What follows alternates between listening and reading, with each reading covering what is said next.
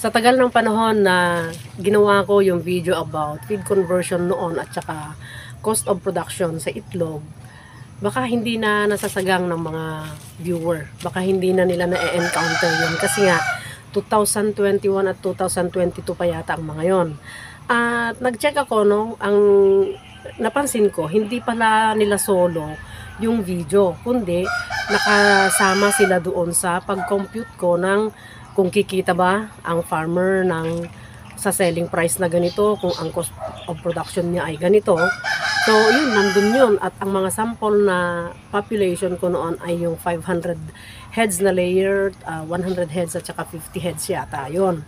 So, ngayon, gagawa ako ulit, no? Gumawa ulit ako ng video about cost of production, yung tamang pag-compute talaga. At kung ano yung comparison, no? Actually, comparison itong ginawa ko. Comparison sa 200 heads layer naman ngayon. 200 heads layer na may 90% production, 80% production at saka 75% production. So makikita nyo doon yung difference ng cost of production per egg.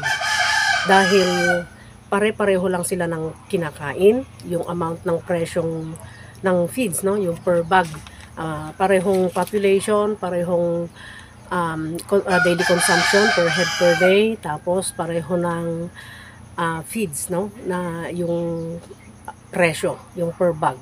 So automatic na pareho din yung per kilo, ganon. Ngayon, mag-uumpisa tayo, pero bago ang lahat, magandang araw muna sa inyong lahat. At salamat sa mga sumusubaybay dito sa channel ko at nagtsatsagang panoorin ako.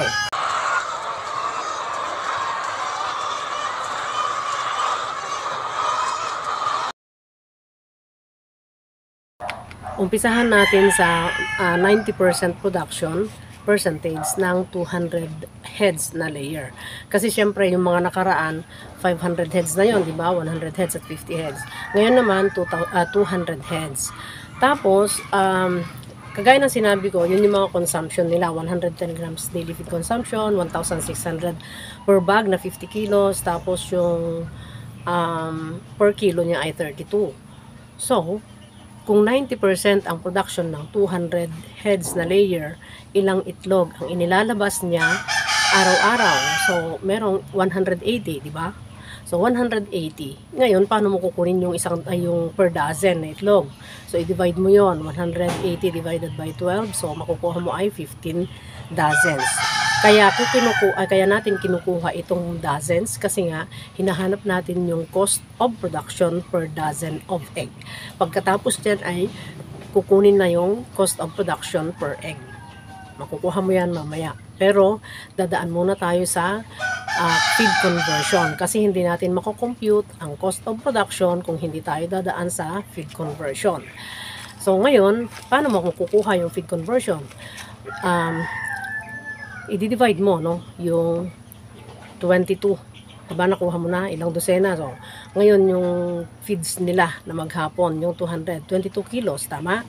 So, 22 kilos divided by 15 is 1.46666. Yun yung feed conversion or yun yung feed consumption nila para makaproduce sila ng 1 dozen na itlog. Yun. So, ngayon, kukumputin mo na yung cost mo per dozen of egg. O magkano naman ang per dozen of egg mo na cost. So, 1.4666 kilos yan, ha? Kilos. Feeds in kilos. So, 1.46666 na feeds in kilos times 32 pesos per kilo na feeds. Ang lalabas ay 46.93. So, gumastos ka, ibig sabihin, gumagastos ka ng 46.93 pesos bawat dosenang itlog na ilalabas ng manok mo. Eh, magkano naman ngayon yung cost per egg mo, di ba? Yung cost of production mo per egg. So, i-divide mo lang yung 46.93 divided by 12. So, ang cost of production mo per egg ay 3.91. So nakikita ninyo ang ang effect ng mataas na production, yung murang feeds pa yun ha kumpara dun sa iba, kasi may naano akong mga 1,700, 1,800, mga ganyan-ganyan. So dito naman sa amin 1,600 pa lang naman. So 1,600. Kaya makikita nyo kung mataas ang production tapos mababa ang presyo ng feeds, mababa ang cost of production per egg. So, punta naman tayo ngayon sa 80% na egg production ng 200 heads layer. So, ilang itlog na ang nailalabas nila araw-araw kung 80% na lang. So, 160 na lang, di ba? Compared dun sa 90% kanina, 180. So, 160 eggs daily. Ngayon, ilang dosena naman yon? Meron ka na lang 13.33 dozens. At kung paano mo kukunin yung feed conversion, kagaya din ng ginawa kanina, i-divide yung 22 kilos na feed consumption nila daily, divided by 13.33 equals 1.65 na feeds in kilos yun. Yun yung feed conversion nila. Ibig sabihin, yun ang kinakain nila bago sila makapag-produce ng isang dosenang itlog. So, 1.65 kilos. Times 32 pesos equals 52.8. Ibig sabihin, gumagastos ka ng 52 pesos and 80 centavos sa bawat dosenang itlog na ipoproduce ng layer mo. Kung 80% na lang ang production ng flock mo. Yun. So, makikita natin ang difference, di ba? 90%, mas mababa yung feed conversion nila. Mas mababa ang production nila, mas mataas ang feed conversion. Ibig sabihin, mas marami silang kinakain na feeds. Paano naman kung 75, di ba? Ay, ano pala, yung per egg pa pala. So, 52.8 ang cost ng per dozen, di ba? Ngayon, divide mo yung 12. Makukuha mo, alam nyo, kumpara dun sa 3.91 na cost of production per egg dun sa 90%, dito sa 80%, 4.4 na ang cost of production mo per egg. So, ibig sabihin, mas marami kang gagastusin sa bawat itlog kung mas mababa ang egg production mo, na kahit the same pa rin yung yung pagkain nila, yung amount ng feeds nila, at saka yung ang tawag dito, yung kinakain nila araw-araw. Yun. Kaya sabi ko nga, may diretsong relasyon may diretsong relasyon ang egg production percentage at ang feeds sa pag-compute ng cost. So dito naman tayo sa 75% egg production percentage ng 200 heads layer. Same pa rin ang presyo ng feeds, 1,600, at saka ang daily feed consumption nila ay 110 grams pa rin, kagaya ng mga nauna. So makikita natin dito ang difference kasi kung kukumpitin mo yung 75% na production ay 150 eggs na lang yon. So ilang dosena na lang yon? 12.5, di ba? 12.5 dozens. 22 kilos pa rin ang kain nila. Ngayon, kung i-divide mo, 22 kilos divided by 12.5 dozens, 1.76. So, yun yung feed conversion. Yun yung kilos na kinain nila para makaproduce ng, ng 1 dozen na itlog. Yun. Kung kukumpitin mo yung cost ng per dozen times 32 pesos, 1.76 times 32, 56.32. Yun ang lalabas. 56.32.